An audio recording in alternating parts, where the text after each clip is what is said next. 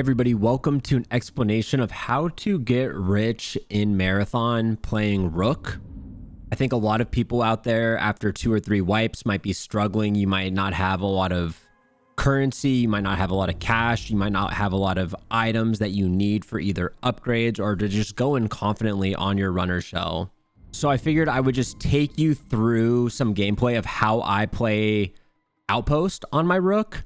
And I'm going to do 2 or 3 videos on the different types of playstyles. This one is going into Pinwheel. I also will be making a video on looting outside of Pinwheel and still making a lot of money and setting yourself up for success in this game. Okay, so there are 2 things you want to do right away on a Outpost Pinwheel Rook run. I'm going to ping here.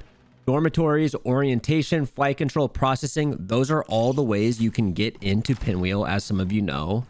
And your goal is from where you spawn to run to the closest entrance to Pinwheel, check if it's open. If so, go up it. If not, go to the next entrance. I would say roughly the Pinwheel is open around 70% of the time. It used to be around 90% or almost every game on my Rooks, but I'm finding lately it's not open quite as much. I don't know like what exactly has changed, but I would say around 75% of the time it's open. If it's not open, my second video coming out soon will show you what to do if the Pinwheel is not open to still make a lot of money or to get a lot of valuables for your character. The second thing you're going to want to look at is how much time is left in the match to kind of dictate your speed and your momentum going through your Rook run. Sometimes you can spawn with 8 minutes left. Sometimes you can spawn with 16 minutes left. In this case, we had a early Rook spawn. We have plenty of time to go up there and to loot. But you need to know if there's more time on the match, there's more likely going to be hostiles up there. There's going to be teams of 3 player shells. Maybe they're fully kitted. If you go up there with 8 minutes left, 7 minutes left, it's going to be run through. There could be people camping and hiding up there.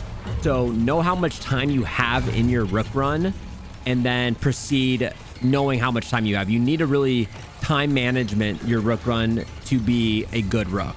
And to be fair, to be a good player in this game, you need time management. So right here, I utilize the tactical ability to hide myself with the bots and I'm able to walk by them. Luckily, this room was open.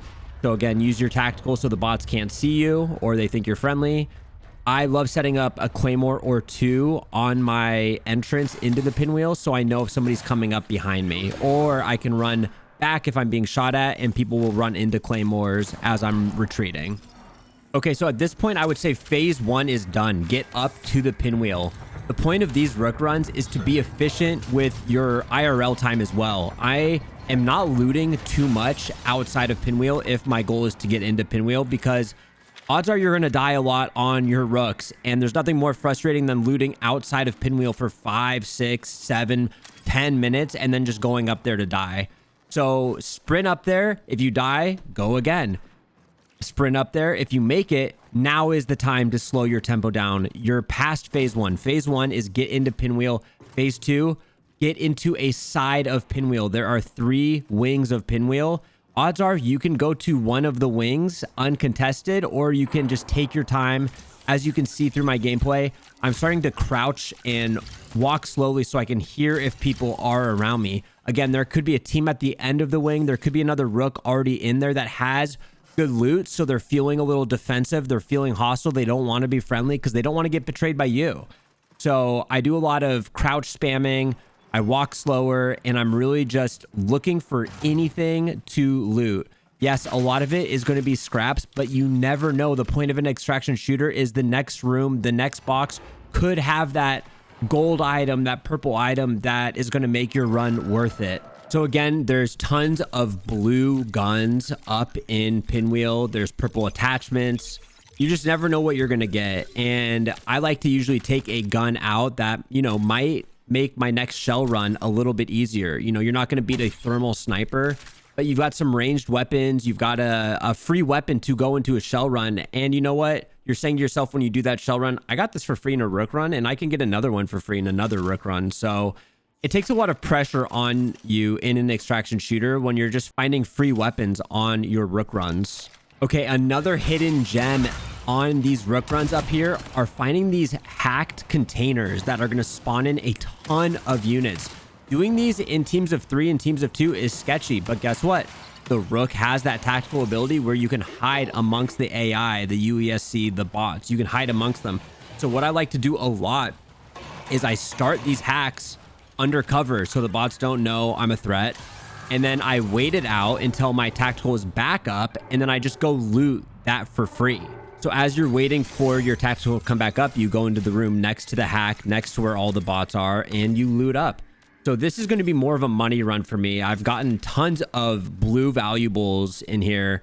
So I'm going to be coming out with around 8 to 10K. And while that isn't, you know, game-changing amounts of money, these runs take around 10 minutes. So if you're getting 10K currency in 10 minutes, plus some free items, plus some stuff that's going to help you with your contracts and your upgrades through all the faction quests, this is just a huge win. In this case, I even found this purple item for one of my upgrades in my factions.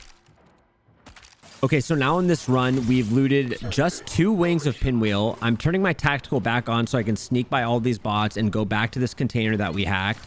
And we're just going to see what's inside of it. We got some green shields. We have a shotgun that's not compromised, so we can take it out.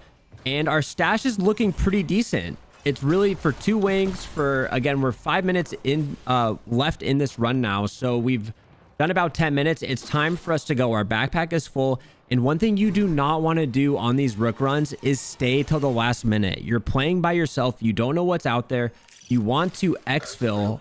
And potentially, now that they've made the change where exfils are random, it's not going to be in the same spot every single time.